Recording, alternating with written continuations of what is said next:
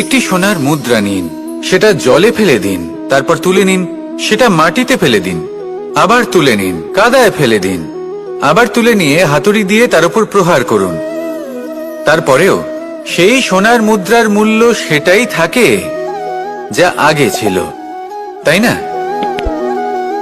এটা হলো উদাহরণ সংসারের সেই প্রত্যেকটা জীবের জন্য, প্রত্যেকটা মানুষের জন্য। কখনো কখনো জীবনে সাফল্যের বদলে আমরা বিফলতা পাই। যতটা আশা করেছিলাম ততটা শ্রেষ্ঠ কর্ম করতে পারি না। কখনো বা আমরা ভুল করে ফেলি, কখনো আমরা অনুচিত কর্ম করে ফেলি, কখনো সংসার আমাদের বুঝতে পারে না। তার পরিণামস্বরূপ এই সংসার আমাদের নিন্দা করে, আমাদের উপেক্ষা করে, আমাদের বিষয়ে কটু কথা বলে, কখনো সামনাসামনি বা কখনো পেছনে। সংসার এমন একটা আচরণ করে যেন আমাদের সাথে কথা বলাটাই একটা বিশাল অপরাধ। এবার সেক্ষেত্রে কি করা উচিত? মনকে শান্ত করা উচিত। বেশিরভাগ ক্ষেত্রেই এমন সময় মানুষ এটা ভেবে বসে যে তার জীবনের কোনো মূল্যই নেই। তার মনে হয় যে সে এই সংসারে শুধু একটা বোঝার সমান। সে নিজেকে ঘৃণা করতে থাকে। ওর মনে হয় যে তার জীবন শূন্য। কিন্তু তা নয়।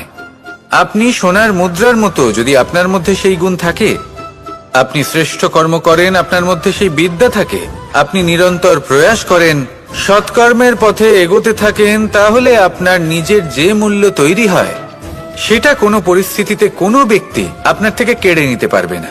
শুধু নিজে ভেঙে পড়বেন না। এটা ভাবুন, যে সম্মান আপনি হারিয়েছেন সেটা আপনি কিভাবে ফিরে পেতে পারেন, তার জন্য কি করতে হবে। যে ধন আপনি হারিয়েছেন সেটা পেতে হবে কিভাবে, তার জন্য কি কি করতে হবে।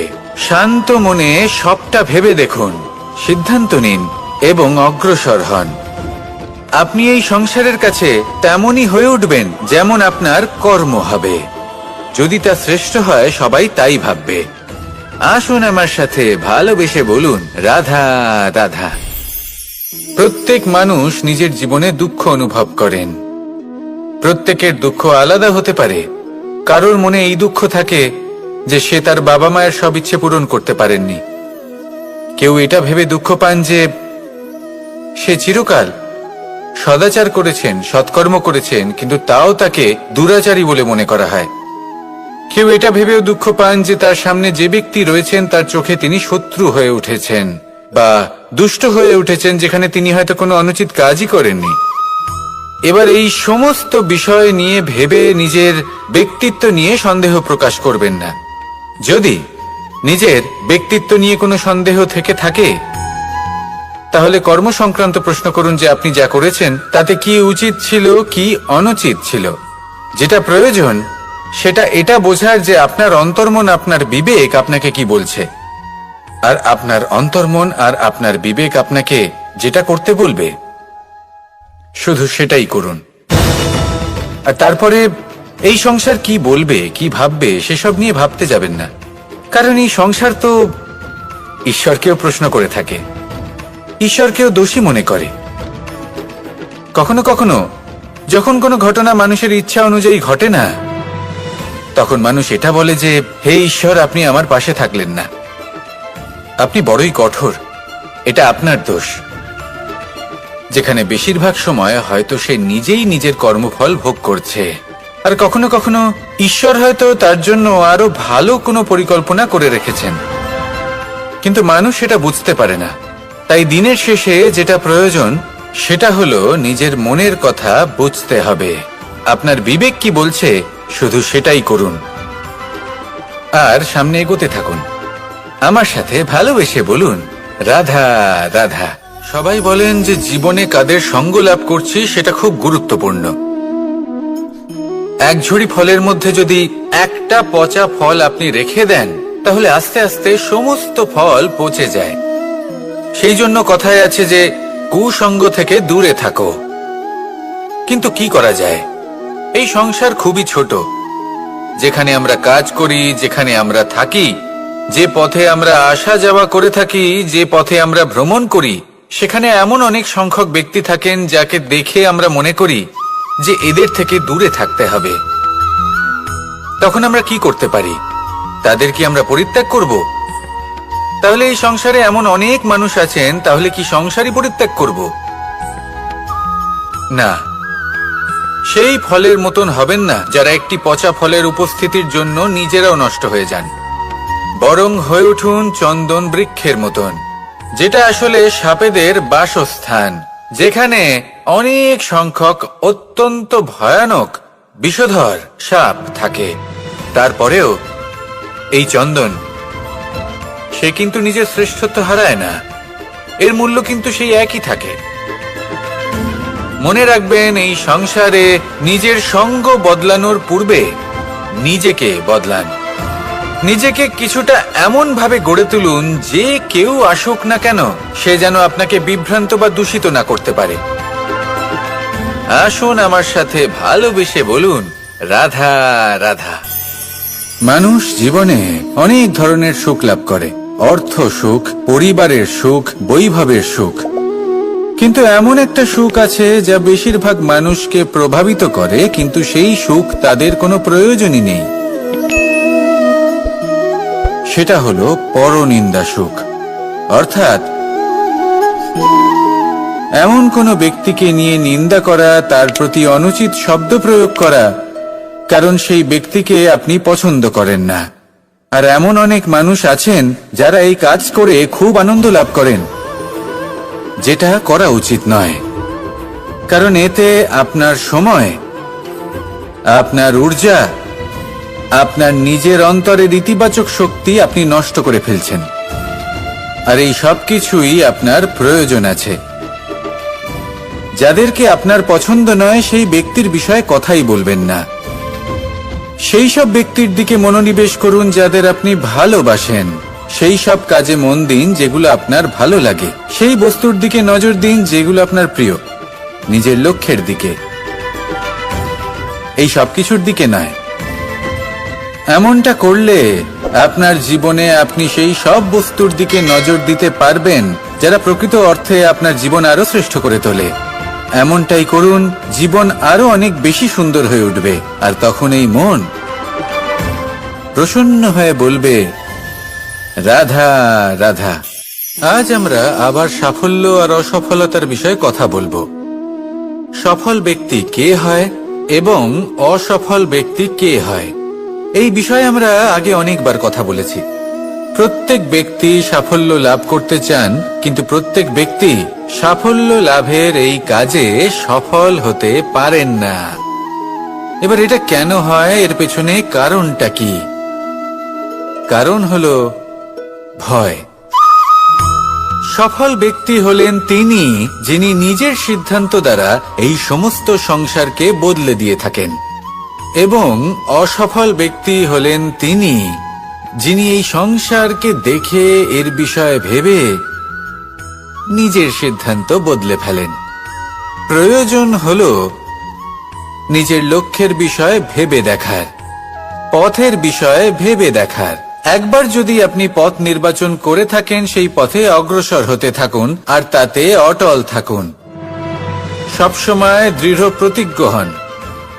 আপনি যদি কোনো পথে টিকে থাকেন আর নিরন্তর পরিশ্রম করতে থাকেন, তবেই আপনার জীবনে সাফল্য আসবে।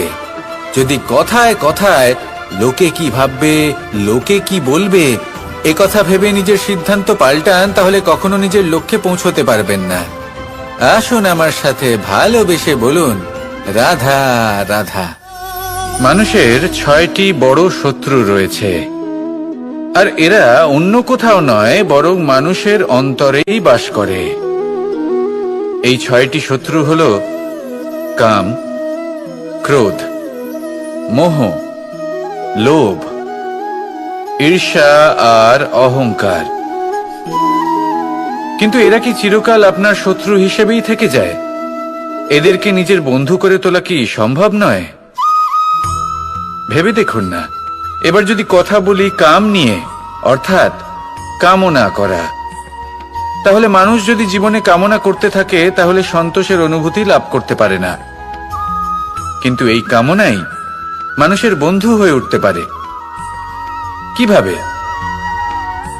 ধরুন, যদি মানুষ ভাবে আমি আরো অনেক বেশি শ্রেষ্ঠ ব্যক্তি হয়ে উঠতে চাই, আর তার জন্য কর্ম করে, পরিশ্রম করে, তাহলে ভবিষ্যতে গিয়ে শ্রেষ্ঠ ব্যক্তি হয়ে উঠতে পারে। কামনার কারণে, অর্থাৎ এই কামনাই ওর বন্ধু হয়ে ওঠে। কিন্তু ধরুন কোনো মানুষ যদি চায় সে শ্রেষ্ঠ ব্যক্তি হয়ে উঠবে, কিন্তু তার জন্য না কোনো কর্ম করছেন আর না কোনো পরিশ্রম করছেন, আর অধর্মের পথে চলতে শুরু করে দেন, তাহলে এই কামনাই তার শত্রু হয়ে উঠতে পারে। এবার যদি এই কামনাকে নিজের বন্ধু করে তুলতে হয়, তাহলে নিজের নির্বাচনে বিচক্ষণ হতে হবে, নিজের মস্তিষ্কের ওপর নিয়ন্ত্রণ রাখতে শিখতে হবে।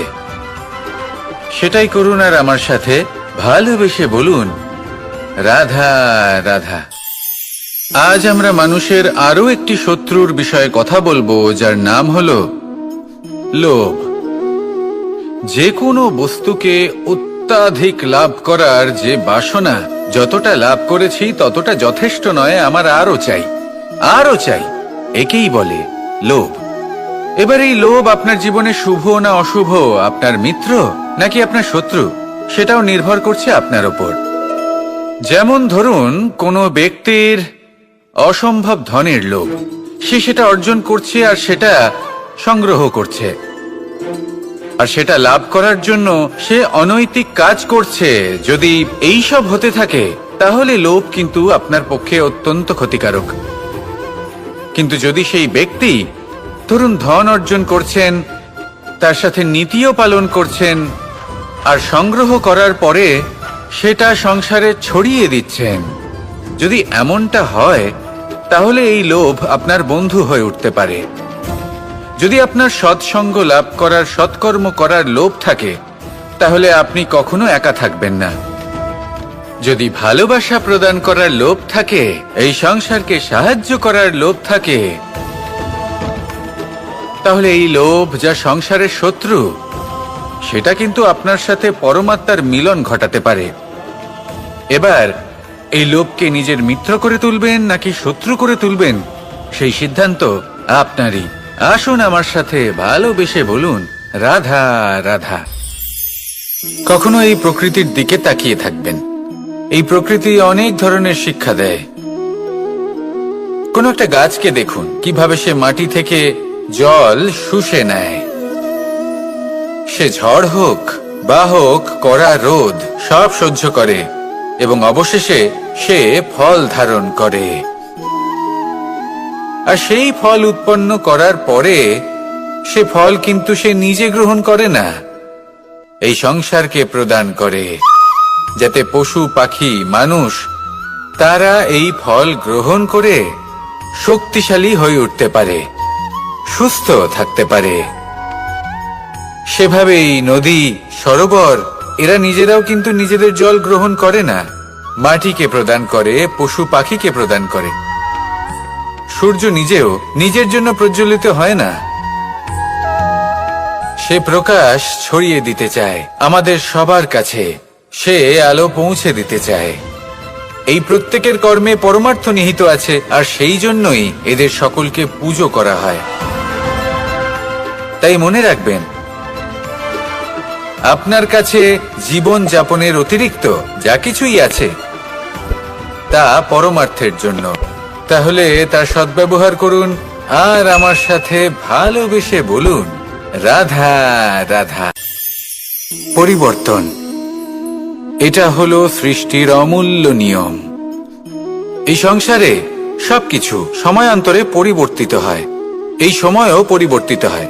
পরিবর্তন চিরকাল হয়ে এসেছে আর চিরকাল হতে থাকবে। কিন্তু এবার আমরা সেই পরিবর্তন কিভাবে লাভ করব, যেটা আমাদের প্রয়োজন, যেটা আমরা চাই। আমরা জীবনে বিকাশ চাই। এই বিকাশ কিভাবে লাভ করতে পারি, এই প্রকৃতি কিন্তু আমাদের অত্যন্ত উত্তম উদাহরণ দিয়ে বুঝিয়েছে। একটি বিন্দুর উদাহরণ দিয়েছে, যা ভবিষ্যতে একটা বিশাল নদীর আকার ধারণ করে। এটা কিভাবে হয়? মেঘ থেকে একটি বিন্দু ঝরে পড়ে সেই পর্বতের ওপর যেখানে হিম আছে। সেই হিমের সংস্পর্শে আসা মাত্র সেই বিন্দুর সাথে আরো বেশ কিছু বিন্দু যুক্ত হয়, তারপর তারা অগ্রসর হয়, আরো কিছু বিন্দু যুক্ত হয়, আস্তে আস্তে একটা ক্ষীণ ধারার রূপ ধারণ করে, এবং সেটাই ভবিষ্যতে আরো এগোতে থাকে অনেকটা যাওয়ার পর যখন অনেক সংখ্যক বিন্দু একসাথে যুক্ত হয় তখন সেটা বিশাল নদীর আকার ধারণ করে। এবার আমরা মানুষ বলে আমাদের সাথে এই নিয়মের অন্যথা হয় তা নয়। আমরাও এই প্রকৃতির অংশ, আমাদের ক্ষেত্রেও একই নিয়ম প্রযোজ্য। যখন পরিশ্রম করে অনেক সংখ্যক বিন্দু আমরা একত্রিত করব তখনই পরিবর্তনের নদী প্রবাহিত হবে। প্রয়োজন হলো নিরন্তর পরিশ্রম করা এবং ধৈর্য ধরা। এটা করতে থাকুন, জীবনে সবকিছু লাভ করতে পারবেন। কারণ প্রকৃতি আমাদের এটাই শিখিয়েছে, আর আমরা এই ব্রহ্মরই একটি অংশ, যার দ্বারা এই ব্রহ্মাণ্ড নির্মিত। আসুন আমার সাথে ভালোবেসে বলুন, রাধা রাধা। আমরা সকলে সামাজিক জীব। মানুষের সাথে দেখা সাক্ষাৎ করা এটা চিরকালই চলতে থাকে। আমরা কখনো কাউকে উপহার দিই, আবার কখনো কেউ আমাদের উপহার দেয়। কখনো কি এমন হয়েছে যে আপনি কাউকে একটা উপহার দিয়েছেন, কিছু সময় পরে বা কিছু মাস পরে সেই উপহারই ঘুরে ফিরে আপনার কাছেই এসেছে, অর্থাৎ সেই বস্তুটাই আপনার কাছে আবার ফিরে এলো? এরকম হয়। ছেলেবেলায় একদিন একজনের বিবাহ ছিল, তখন মা তাকে একটা উপহার দিতে চাইছিলেন। তাই তিনি একটা পোশাক বানালেন আর সেটাকে সুসজ্জিত করছিলেন। আমি দেখলাম আর জিজ্ঞেস করলাম যে মা, এই পোশাক এত সুসজ্জিত করার কি আছে? তখন মা বললেন যে কানাই, কখনো কাউকে এমনই উপহার দেবে, এমন প্রকারে দেবে যে সেটা যদি আবার ঘুরে ফিরে তোমার কাছে ফিরে আসে তাহলে যেন তোমার খারাপ না লাগে। এটাই কিন্তু হয় আমাদের ব্যবহারের সাথে, কর্মের সাথেও এবং আমাদের কথার সাথেও। তেমনই আচরণ করবেন যে আচরণ আপনি সহ্য করতে পারবেন। যদি মুখ থেকে কটু কথা বেরোতে থাকে তখন নিজেকে সংযত করে নিন। সেই শব্দই প্রয়োগ করুন যেটা আপনি তার বদলে শুনতে চাইবেন এবং আপনার দুঃখও হবে না। কারণ আপনার কর্ম এমন একটা উপহার যেটা আবার ঘুরে ফিরে ফলস্বরূপ আপনার কাছেই আসবে। সেই জন্য নিজের আচরণ শুভ করুন, নিজের মানসিকতা শুভ করুন, নিজের মুখ থেকে মধুর বাণী নিঃসৃত করুন, আর এইভাবেই মধুর ভাবে বলুন, রাধা রাধা। এই সংসারে প্রত্যেকটা জিনিসের নিজস্ব একটা বিশেষত্ব আছে, আর তার বিশেষত্বর জন্যই তাকে বিশেষ গুরুত্ব দেওয়া হয়। যদি কথা বলি অস্ত্রের, যেমন তরোয়াল। তরোয়াল নির্মাণ করা হয়েছে রক্ষার জন্য। কত তাড়াতাড়ি সে সামনে উপস্থিত শত্রুকে নিধন করতে পারে। এবার এই তরোয়ালের কোন গুণটা দেখা প্রয়োজন? সেটার ধার। সেই বস্তুটি নয় যার মধ্যে এই তরোয়াল রাখা হয়। সেইভাবেই যদি আমি কথা বলি বানের, তাহলে এটা প্রয়োজনীয় নয় যে সেই বান কতটা তীক্ষ্ণ, কতটা বলশালী। এটা দেখা প্রয়োজন যে তার আকারটা কেমন। সে কি বাতাস ভেদ করে নিজের লক্ষ্যে পৌঁছতে পারবে? সেটা বেশি গুরুত্বপূর্ণ। সেই জায়গাটা নয় যেখানে সেই বান রাখা হয়। ঠিক সেইভাবে যদি আপনি কোনো মানুষেরই মূল্য বুঝতে চান, তাকে পরখ করে দেখতে চান, তাহলে তার জাতি, তার ধর্ম, তার রূপ, তার আকার, সেগুলো দেখে তাকে পরখ করতে চেষ্টা করবেন না। তাকে পরখ এই সব কিছুর ভিত্তিতে করবেন না। তার স্বভাবটা দেখুন, তার গুণ দেখুন, তার প্রতিভা দেখুন, তার কর্ম দেখুন। কারণ এটাই সেই ব্যক্তির আসল পরিচয়, এটাই হলো তার অস্তিত্ব। যখনই আপনি কোনো নর্তককে শ্রেষ্ঠ নৃত্য প্রদর্শন করতে দেখেন, তখন আপনি কিন্তু এটা ভাবেন না যে সে কোথা থেকে এসেছে, সে কি খায়, ওর বন্ধু বান্ধব কারা। আপনি তার নৃত্য দেখেন, ওর শিল্প দেখেন, সেটারই প্রশংসা করেন, সেটাকেই সম্মান করেন। সেইভাবে এই সংসারে সকলকে সম্মান করুন। আর এই সম্মানের আধার হওয়া উচিত তার গুণ, তার স্বভাব, তার কর্ম, তার রূপ আর তার বেশভূষা নয়। আসুন আমার সাথে ভালোবেসে বলুন, রাধা রাধা। এই সংসার বলে যে কৃষ্ণ হলো মহাযোগী। কেউ বলে যে কৃষ্ণ হলো সাংখ্যযোগের প্রবর্তক, কেউ বলে ভক্তি যোগের, কেউ বলে জ্ঞান যোগের, কেউ কেউ এটা মনে করেন যে অষ্টাঙ্গ যোগের প্রভু হলাম আমি। কিন্তু এই যোগ আসলে কি? যোগ বিষয়টাকে বোঝা খুব একটা কঠিন নয়, কিন্তু সেই যোগকে নিজের যাপনের অংশ করে তোলা হলো অত্যন্ত কঠিন, আর তার জন্য প্রয়োজন অভ্যাস। যোগ শব্দটার অর্থ হলো যুক্ত করা, আর এটা আমি ছোটবেলায় শিখেছিলাম। যখন আমার মাখন খেতে ইচ্ছে করত আর মা মাখনের সেই হাঁড়িটা ওপরে টাঙিয়ে রাখতেন, তখন আমরা ভাবতাম যে অত দূরে পৌঁছবো কি করে। তখন আমরা যোগের বিষয়ে জানতে পারলাম, আর তখন জানতে পারলাম যে সবথেকে গুরুত্বপূর্ণ যোগ আসলে কি? সহযোগিতা, সাহায্য। আমরা সব সখারা একসাথে জড়ো হতাম, একে অপরের পিঠের উপর উঠে দাঁড়াতাম, আর তারপর আমরা ওই মাখনের হাঁড়ির কাছে পৌঁছতে পারতাম, আর তারপর আমরা সবাই মিলে সেই মাখন ভাগ করে খেতাম। সহযোগিতা, এটা অত্যন্ত গুরুত্বপূর্ণ। পাণ্ডবরাও মহাভারতে এটাই করেছিলেন। ওনাদের সাথেও কেউ ছিল না, একে অপরকে সাহায্য করে ওনারা অনেক বীরদের একত্রিত করেছিলেন। তারপর অবশেষে মহাভারতের এই মহাযুদ্ধে ওনারা জয়লাভ করেছিলেন। রামায়ণে রাম এবং লক্ষ্মণের সাথে কেউ ছিল না। সহযোগিতার মাধ্যমে ওনারা ভাল্লুক আর বানর সেনাকে একত্রিত করেছিলেন, আর এই সংসারের সব থেকে প্রবল রাক্ষস রাবণকে বধ করেছিলেন। মনে রাখবেন, একসাথে মিলে যদি আপনারা কর্ম করতে শেখেন, তাহলে এই সংসারে এমন কিছুই নেই যেটা আপনি অর্জন করতে পারবেন না। আসুন আমার সাথে ভালোবেসে বলুন, রাধা রাধা। মানুষ যখনই কোনো পর্বতারোহণ করতে শুরু করে, তখন সে বারবার পড়ে যায়, বারবার উঠে দাঁড়ায়, সামনে এগোতে চেষ্টা করে। কিন্তু যদি সে দৃঢ় নিশ্চয় করে থাকে, তাহলে সে অবশেষে সেই পর্বতের শিখরে পৌঁছেই যায়। চলার পথে যদি বড় কোনো পাথর চলে আসে বা পর্বতের কোনো বড় অংশ সামনে আসে, তাহলে সে তার সাথে ধাক্কা খায় না, সে পথ বদলে নেয়। কিন্তু বাধা তাকে সবসময় পেতেই হয়, আর সেই বাধা সে পায় ছোট ছোট পাথরের দ্বারা। তাদের উপর পা পড়লে তার পা পিছলে যায় আর সে পড়ে যায়। এই ছোট ছোট পাথর হলো আমাদের জীবনের সেই ছোট ছোট সমস্যা, সেই ছোট ছোট ভুলগুলো যেগুলো আমরা অবজ্ঞা করতে থাকি। আমরা ভাবি এর দ্বারা কি বা ক্ষতি হবে, কিন্তু সেগুলোই অনেক সময় আমাদের অসফলতার কারণ হয়ে দাঁড়ায়। যত তাড়াতাড়ি সম্ভব এই ছোট ছোট পাথরগুলিকে জীবন থেকে তুলে ফেলে দিন। ভুল হওয়াটা স্বাভাবিক, কিন্তু তার মানে এই নয় যে বারবার সেই ভুলের পুনরাবৃত্তি ঘটবে। ভুলটা বুঝুন, সেটা স্বীকার করুন, আর সেটা শুধরে নিন। যখন আপনি এটা করতে শিখবেন, তখনই খুব তাড়াতাড়ি আপনি সেই শিখরে পৌঁছতে পারবেন। আর যখন পৌঁছে যাবেন, তখন এই মন প্রসন্ন হয়ে বলবে, রাধা রাধা। সূর্য এই সংসারকে আলো প্রদান করে। সূর্যের মনে যদি নিজের তেজের জন্য অহংকার জন্ম নেয়, তখন তার অহংকার ভঙ্গ করে মেঘ। সূর্যের আলো পূর্ণরূপে ঢেকে দেয়। মেঘের মনে যদি নিজের গতি নিয়ে অহংবোধ জন্ম নেয়, তাহলে মেঘের অহংকার ভঙ্গ করে পর্বত। মেঘের গতি অবরুদ্ধ করে দেয়। এবার যদি পর্বত নিজের নিশ্চলতা নিয়ে অহংকার করে, তাহলে সেই অহংবোধ ভঙ্গ করে একটি মূষক।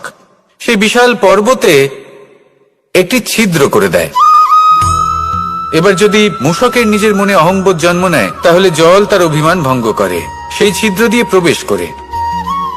আর যদি জলের মনে অহংবোধ জন্ম নেয়, তখন মানুষ বাঁধ নির্মাণ করে তার গতিপথ রুদ্ধ করে, জলের অহংকার ভঙ্গ করে। আর যদি মানুষের মনে অহংকার জন্ম নেয়, তখন সূর্য নিজের তাপ দ্বারা মানুষের অহংকার ভঙ্গ করে। এই সংসারে অহংকার প্রদর্শন করার কোনো প্রয়োজন নেই। আমাদের সবার মধ্যেই কিছু বিশেষ গুণ আছে, আর সবার মধ্যে কোনো না কোনো দোষও আছে। এই প্রকৃতি আমাদের কি শিক্ষা দেয়? কেউ একে অপরের সাথে লড়াই করে না, একে অপরের জন্য বাধা সৃষ্টি করে না, শুধু নিজের কর্ম করে। সূর্য নিজের প্রকাশ দ্বারা বনস্পতি এবং গাছপালাকে জন্ম দেয়। মেঘ বর্ষা সৃষ্টি করে লুপ্ত হয়ে যায়, আবার নির্মিত হয়। পর্বতের সেই নিশ্চলতা সেই বর্ষাকে একটা দিশা প্রদান করে, আর তারপরে তা ধারা হয়ে প্রবাহিত হয়ে যায়। এইসব কি? এইসব একটা সম্পর্ক, একটা চক্রের মতো। সবাই একসাথে নিজের কর্ম করে, তাই এই চক্র আবর্তিত হয়। এটা আমাদেরও করতে হবে, একসাথে মিলে কাজ করতে হবে। কারোর জন্য বাধা হয়ে উঠলে হবে না, কাউকে ছোট মনে করলে হবে না। এটাই করতে থাকুন, সবাই মিলেমিশে কর্ম করুন। প্রকৃতি আমাদের এই শিক্ষাই দেয়। আসুন আমার সাথে ভালোবেসে বলুন, রাধা রাধা। আপনি কখনো পলাশ ফুল দেখেছেন?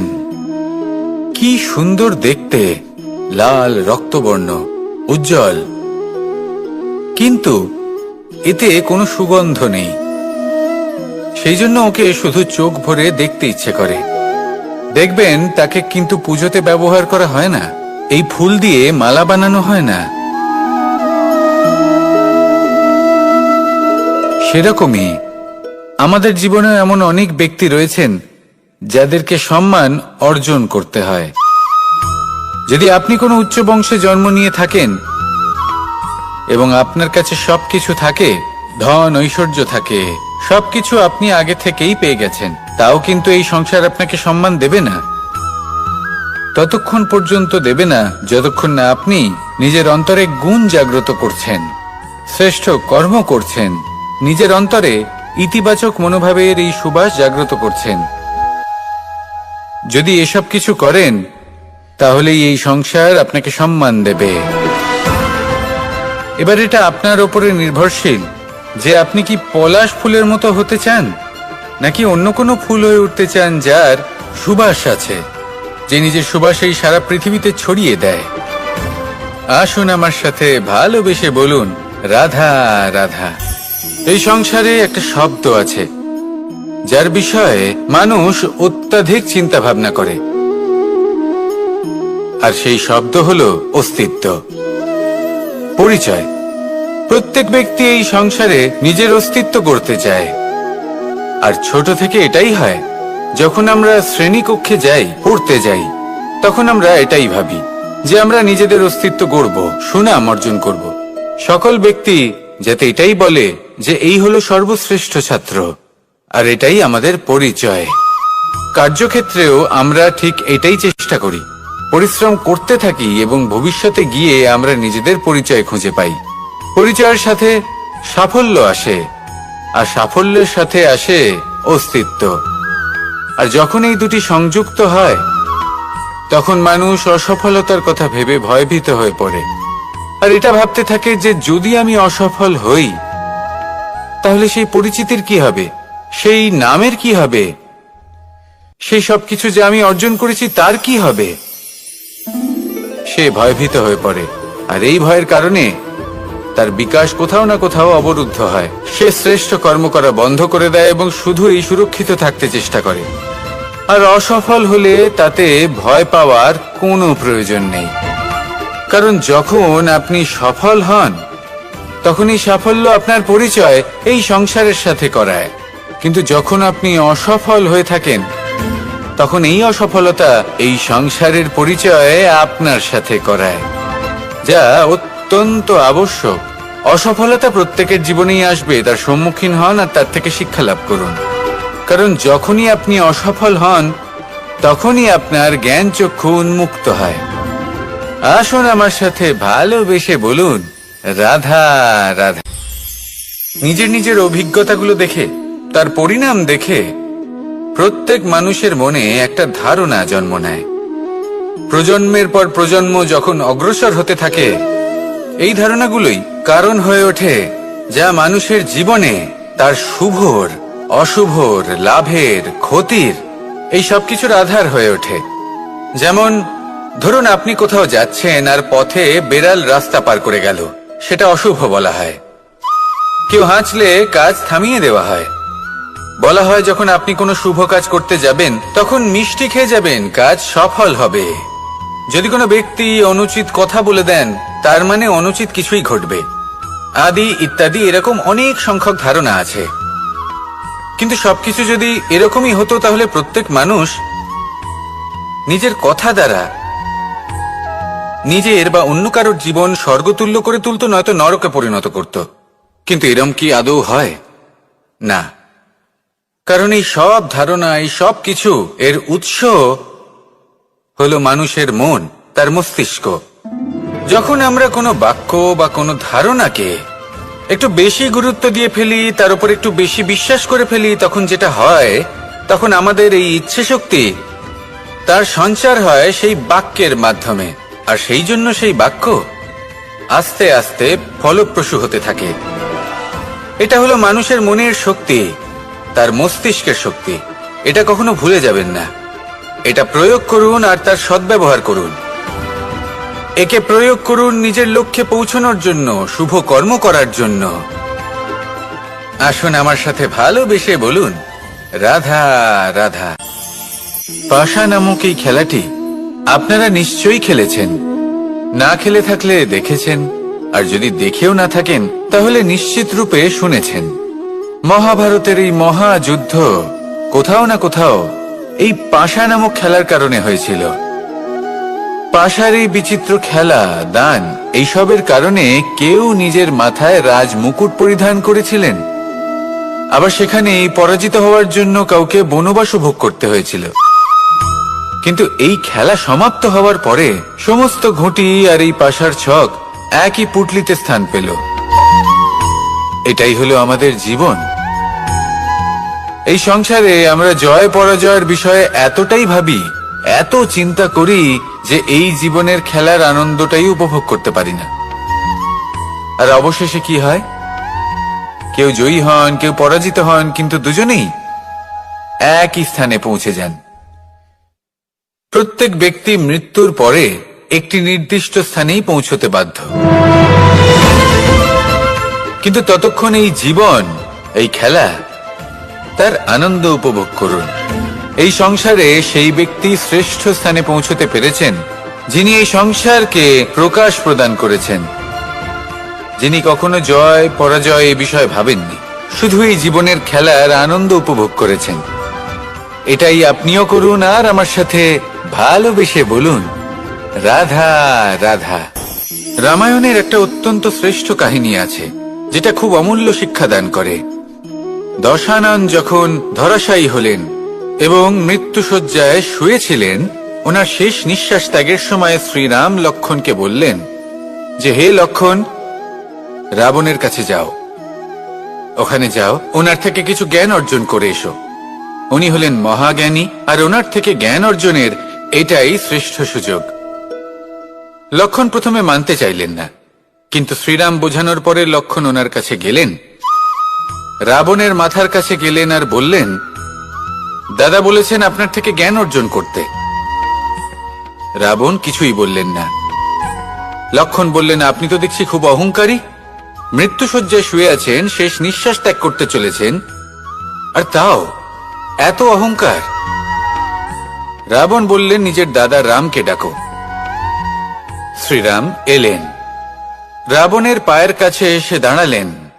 উনি নিজের হাত জোড় করলেন আর বললেন, হে মহাপণ্ডিত রাবণ, আপনি হলেন মহাজ্ঞানী, দয়া করে আমাদের কিছু জ্ঞান প্রদান করুন। রাবণ বিনম্র চিত্তে ওনার কথা শুনলেন, খুব বিনম্র চিত্তে ক্ষমা প্রার্থনাও করলেন, আর এই সংসার একটি অত্যন্ত শ্রেষ্ঠ জ্ঞান লাভ করল।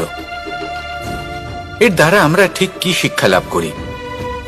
রাম এবং লক্ষ্মণ দুজনেই ছিলেন তেজস্বী, দুজনেই ছিলেন শ্রেষ্ঠ, ছিলেন বীর, ছিলেন বলবান। কিন্তু শ্রীরামকে মর্যাদা পুরুষোত্তম বলা হয়ে থাকে, কারণ উনি বীর ছিলেন, সাহসী ছিলেন, তার সাথে একটি অত্যন্ত গুরুত্বপূর্ণ গুণ ছিল। সেই গুণ হল বিনম্রতা। এটা খুবই শ্রেষ্ঠ একটা গুণ। যদি কেউ আপনাকে কটু কথা শোনায়, তাহলে উত্তরটা আপনি বিনম্রভাবেও দিতে পারেন। এই বিনম্রতা এমন এক আবেগ যেটা দেখে মনে হবে কোমল, কিন্তু এটা ততটাই প্রবল অস্ত্র। এমন একটা অস্ত্র যা সকলকে নিরস্ত্র করে দিতে পারে। যদি আপনি সাহসী হন এবং বিনম্র হন, তাহলে আপনি বিজয়ী হবেন। যদি আপনি জ্ঞানী হন এবং বিনম্র হন, তাহলে আপনি অবশ্যই মহাজ্ঞানী হয়ে উঠবেন। তাই নিজের মনে বিনম্রতা ধরে রাখুন আর ভালোবেসে বলুন, রাধা রাধা। কখনো আমরা কোনো হাটে যাই, কোনো বিশেষ বস্তু কেনার থাকে, ওখানে যাই, গিয়ে অন্য কারোর কথা শুনে অন্য কোনো বস্তু কিনে নিয়ে আসি, অদরকারি জিনিস কিনে ফেলি। তারপর ভাবি যে আমরা এরকম কেন করলাম, এটা আমরা ভুল করলাম, আমার এটা করা উচিত হয়নি, আদি ইত্যাদি। মানুষ যখন জীবনে এমনই সিদ্ধান্ত নিয়ে বসে, এমন নির্বাচন করে, তখন সেই সিদ্ধান্ত নিশ্চিত রূপে তার ভবিষ্যতের জন্য অত্যন্ত গুরুত্বপূর্ণ হয়। কিন্তু যদি আপনি কোনো অনুচিত চয়ন করে ফেলেন, তাহলে মন খারাপ করবেন না, সেই গ্লানিবোধ নিয়ে কষ্ট পাবেন না, সামনে অগ্রসর হতে থাকুন। কারণ এই অনুচিত নির্বাচন আপনাকে উচিতভাবে জীবনযাপনের পথ দেখাতে পারে। এবার যদি আমি আপনাকে বলি যে আপনি আগুনে হাত দিন, সেটা কি আপনি করবেন? করবেন না। কেন? কারণ জীবনে কোনো না কোনো দিন আপনি একটা ভুল নির্বাচন করে আগুনে হাত দিয়েছিলেন, তারপরে আপনি শিক্ষা পেয়েছিলেন যে আমি জীবনে আর কোনোদিন আগুনে আর কিছুতেই হাত দেব না। এই জীবনও ঠিক সেরকমই। জীবনের সেই সব অধ্যায়, সেই সব সময় যা ব্যর্থ হয়েছে, সেটা নিয়ে ভেবে সময় নষ্ট করবেন না। সেটা থেকে যে শিক্ষা পেয়েছেন সেটা মনে রাখুন, আর যে অধ্যায় বাকি রয়েছে, যে সময় বাকি রয়েছে, তাতে কিভাবে সফল হওয়া সম্ভব সেই বিষয়ে ভাবুন। আর আমার সাথে ভালোবেসে বলুন, রাধা রাধা।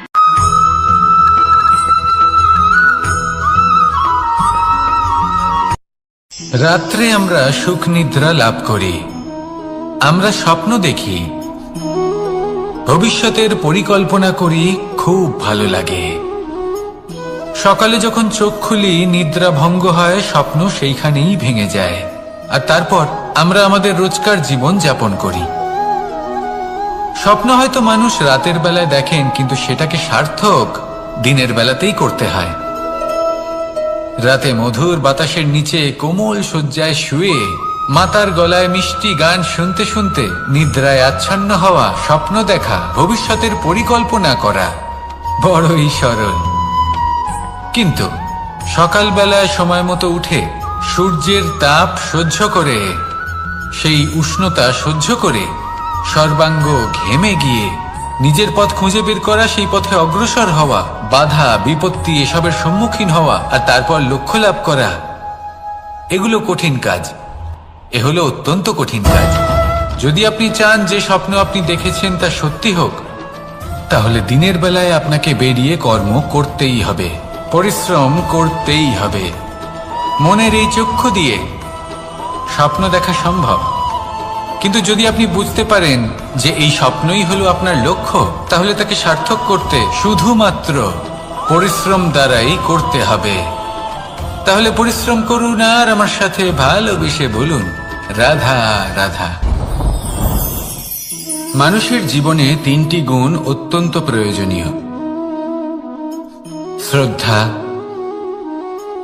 বিনম্রতা, যোগ্যতা। যদি জ্ঞান লাভ করতে চান তাহলে শ্রদ্ধার প্রয়োজন, যদি মান লাভ করতে চান তাহলে স্বভাবে বিনম্র হওয়া প্রয়োজন, আর যদি মনোবাঞ্ছিত স্থান লাভ করতে চান তাহলে যোগ্যতার প্রয়োজন। বিষয়টা সহজ। শ্রদ্ধা আপনাকে জ্ঞান দেবে, নম্রতা আপনাকে মান, আর যোগ্যতা উচিত স্থান দেবে।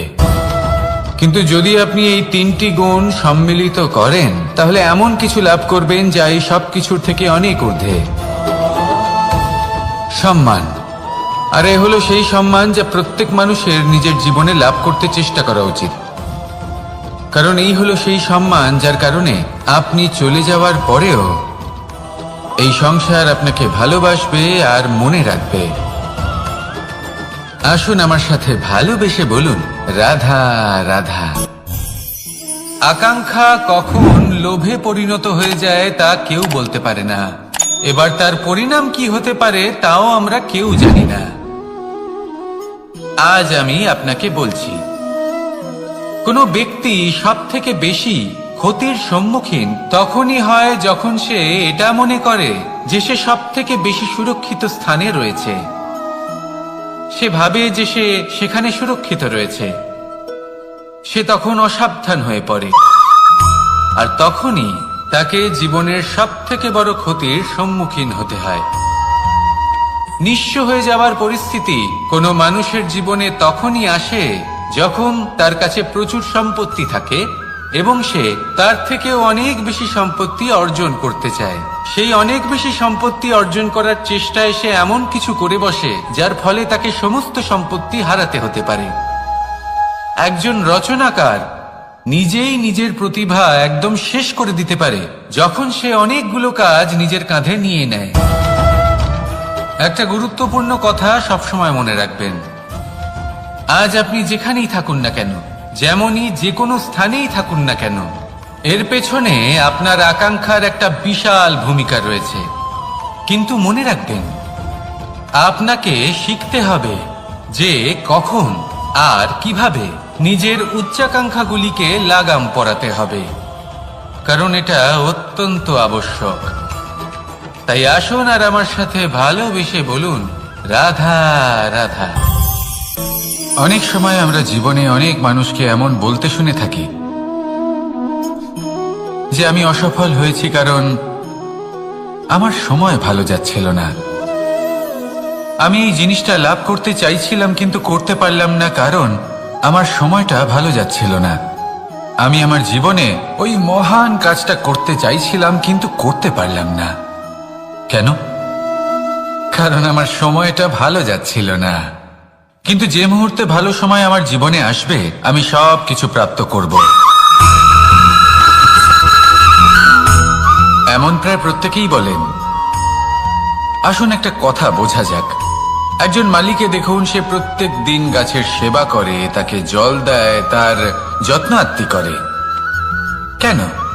প্রত্যেক দিন সেই গাছ ফল দেয় না। সঠিক সময় এলে তবেই সেই গাছ ফল দেয়, কিন্তু প্রত্যেক দিন মালি তার সেবা করে, তাকে যত্ন করে। শুধুমাত্র তখন করে না যখন সেই গাছ ফল দিতে সক্ষম। আর যদি মালি গাছের যত্ন প্রতিদিন না করে, তাহলে হয়তো সেই গাছ ফল দিতেই পারবে না। এটাই হলো আমাদের জন্য একটা শিক্ষা। যখন সময় আমাদের জন্য অপেক্ষা করে না, তখন আপনি সময়ের জন্য কেন অপেক্ষা করছেন? ভালো সময়ের জন্য অপেক্ষা করবেন না। ভালো এবং শুভ কর্ম দ্বারা ভালো সময়কে নিজের কাছে টেনে আনুন।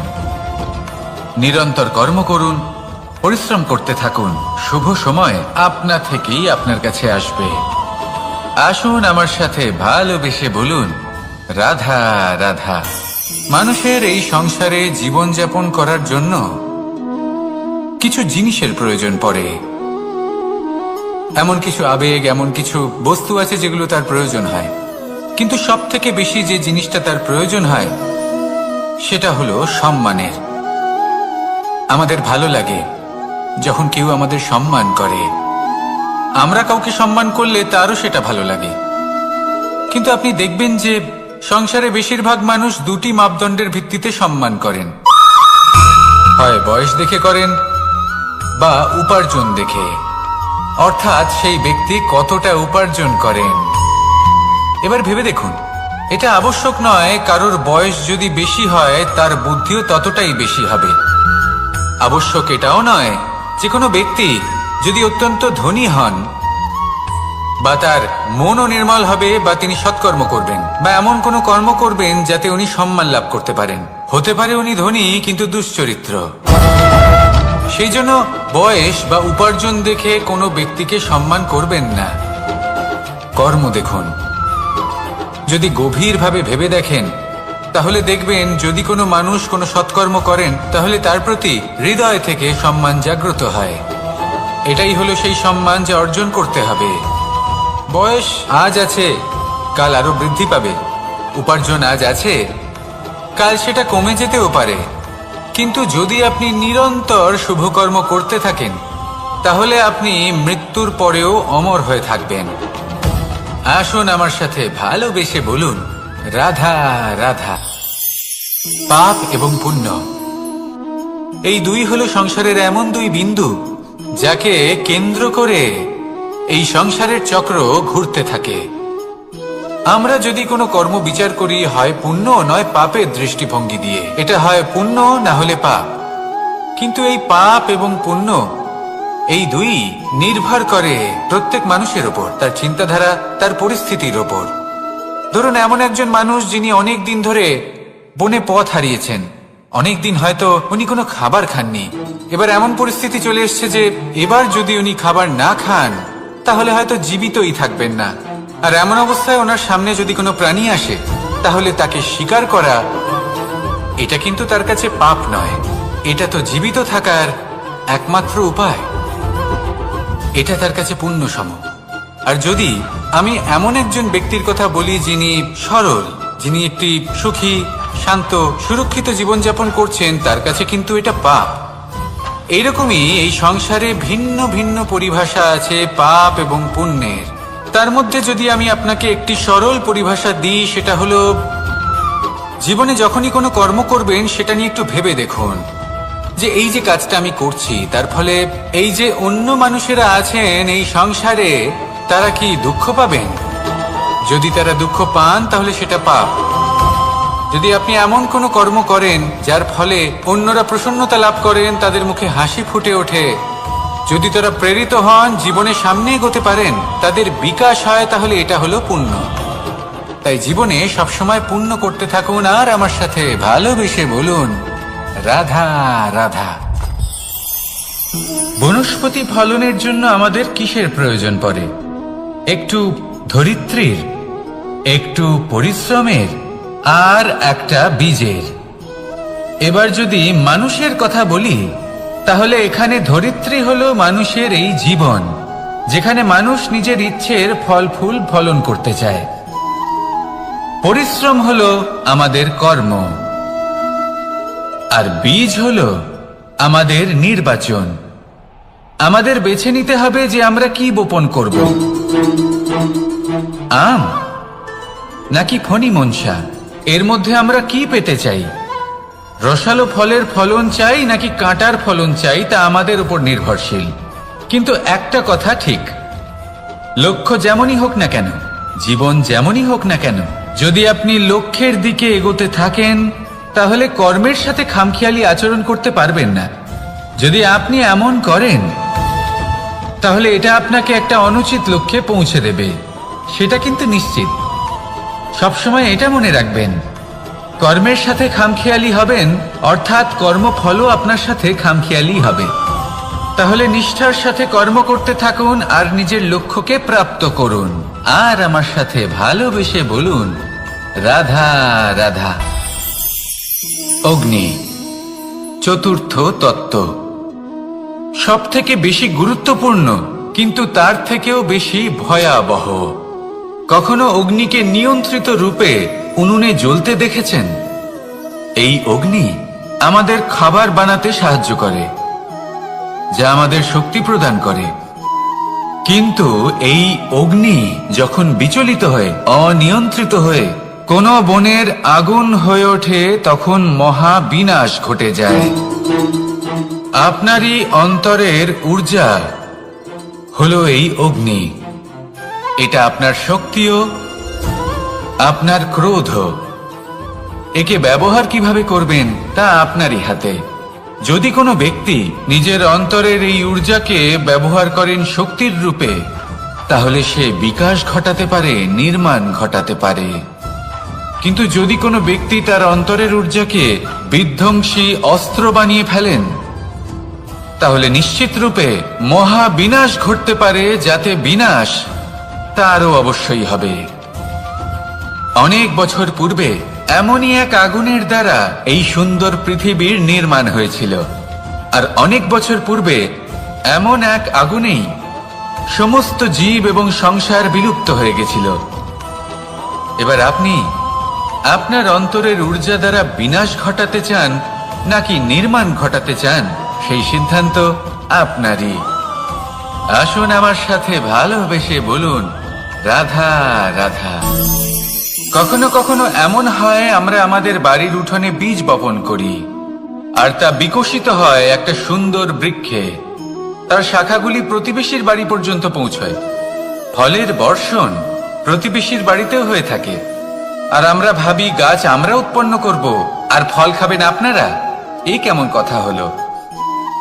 আপনাকে এই কথা বুঝতে হবে যে এসব হলো ভৌতিক বস্তু, সাংসারিক বস্তু। কখনো নিজের বাড়ির বাগানে ভালোবাসার গাছ বপন করে দেখুন, তার শাখাও প্রতিবেশীর বাড়ি পর্যন্ত পৌঁছবে, ফলের বর্ষণ সেখানেও হবে, কিন্তু সেই ফল চাইতে আপনাকে যেতে হবে না। সেই ফল দ্বিগুণ মাত্রায় আবার আপনার কাছেই ফিরে আসবে। তাই নিজের বাড়িতে আর নিজের মনে ভালোবাসার গাছ উৎপন্ন করুন। এই জীবন প্রসন্ন হয়ে বলবে, রাধা রাধা। অ দিয়ে অন্ত, আ দিয়ে আরম্ভ, এই দুইয়েরই রাশি সমান। যদি আপনি মন দিয়ে দেখেন তবে দেখবেন এদের সম্পর্ক খুবই নিবিড়। কিভাবে? যখন কোনো কিছু শুরু হয় এটা নিশ্চিত হয়ে যায় যে তা সমাপ্তও হবে। আরম্ভই যদি না হয় তা সমাপ্তও হবে না। যা আরম্ভ হয়েছে তার সমাপ্তি হলো অবশ্যম্ভাবী। এটাই হলো প্রকৃতির নিয়ম, একে এড়ানো যায় না। এবার এই কথা আমরা সকলে জানি। এবার মানুষ কি ভাবে যে সমাপ্তির পরে কি হতে পারে, এর উত্তর তাদের কাছে নেই। তাদের উচিত অন্য কোনো বিষয় ভাবা যা বেশি গুরুত্বপূর্ণ। এবার মানুষ এটা জানে না যে মৃত্যুর পরে কি হতে পারে, কিন্তু এই কথা অবশ্যই জানে যে জন্ম থেকে মৃত্যু পর্যন্ত এই সময়, যাকে আমরা জীবন বলে থাকি, এই সময় আমরা কর্ম করতে পারি। এই কথা তো আমরা জানি। তাহলে এমন কি কর্ম করা যেতে পারে যা আমাদের সমাপ্তির পরও আমাদের প্রাসঙ্গিক করে রাখতে পারে, এই বিষয়ে ভাবা উচিত। যে জন্মগ্রহণ করেছে তার মৃত্যু হবেই, এটা সাধারণ বিষয়। কিন্তু ইতিহাস আজও সেই সকল মানুষজনকে স্মরণ করেন যাদের এই সংসার তাদের মৃত্যু নয়, বরং তাদের জীবনকালে যে কর্ম তারা করেছেন তার দ্বারা মনে রাখেন। সেই কর্মের কারণে এই সংসারে তাদের নাম, তাদের কর্ম, তাদের ব্যক্তিত্ব, তাদের কীর্তি অমর হয়ে থাকে এবং থাকবে। আপনার কাছে এতটা সময় নেই যতটা আপনার মনে হচ্ছে আপনার কাছে আছে। সেই জন্য যত শীঘ্র সম্ভব শ্রেষ্ঠ কর্ম করুন, যতটা পারবেন ততটা অধিক সুকর্ম করুন। এই সংসারে নিজেকে অমর করে তুলুন আপনার মৃত্যুর পরেও। আর আমার সাথে ভালোবেসে বলুন, রাধা রাধা। ওমা, এ কি? আমি কখন থেকে এখানে অপেক্ষা করছি, হাত পেতে দাঁড়িয়ে রয়েছি যাতে একটা ফল আমার হাতে এসে পড়ে এবং সেটা আমি খেতে পারি। কখন থেকে অপেক্ষা করছি, কিন্তু সেটা হচ্ছেই না। এবার আপনি বলবেন যে এসব কি বলছি, এ কি অদ্ভুত কথা বলছি।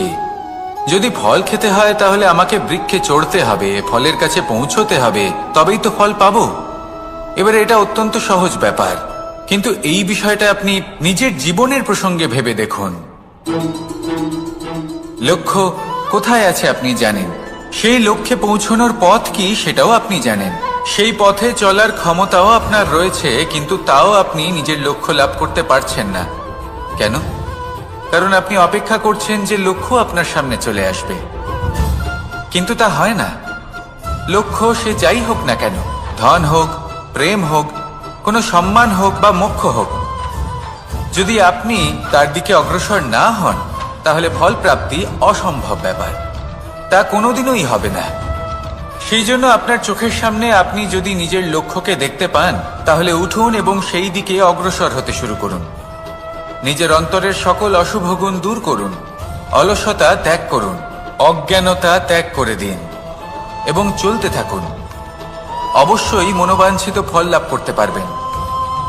মনে রাখবেন, চলতে থাকলে তবেই লক্ষ্য প্রাপ্তি হবে। অপেক্ষার দ্বারা শুধুমাত্র মৃত্যু লাভ হবে। আসুন আমার সাথে ভালোবেসে বলুন, রাধা রাধা। পাখি কখন জন্ম নেয়, কখন উড়তে শেখে, কখন বাসা বানাতে শেখে, কখন নিজের মৃত্যু লাভ করে, এসব আমাদের মধ্যে কেউ জানি না। কিন্তু পাখি একটা কথা খুব ভালো করে জানে, যে এই সংসারেও যা কিছুই করুক না কেন, এই সংসারের ওকে নিয়ে কিচ্ছু যায় আসে না। এবার আমরা কি করি? কোনো কাজ করার আগে আমরা এটা ভাবি যে এই সংসার যদি আমাকে দেখে ফেলে তাহলে কে জানে এই সংসার কি ভাববে, আমার প্রতিচ্ছবি কেমন তৈরি হবে কে জানে, কে জানে কি হবে আদি ইত্যাদি। এই সব ভাবনায় আমরা মগ্ন হয়ে যাই।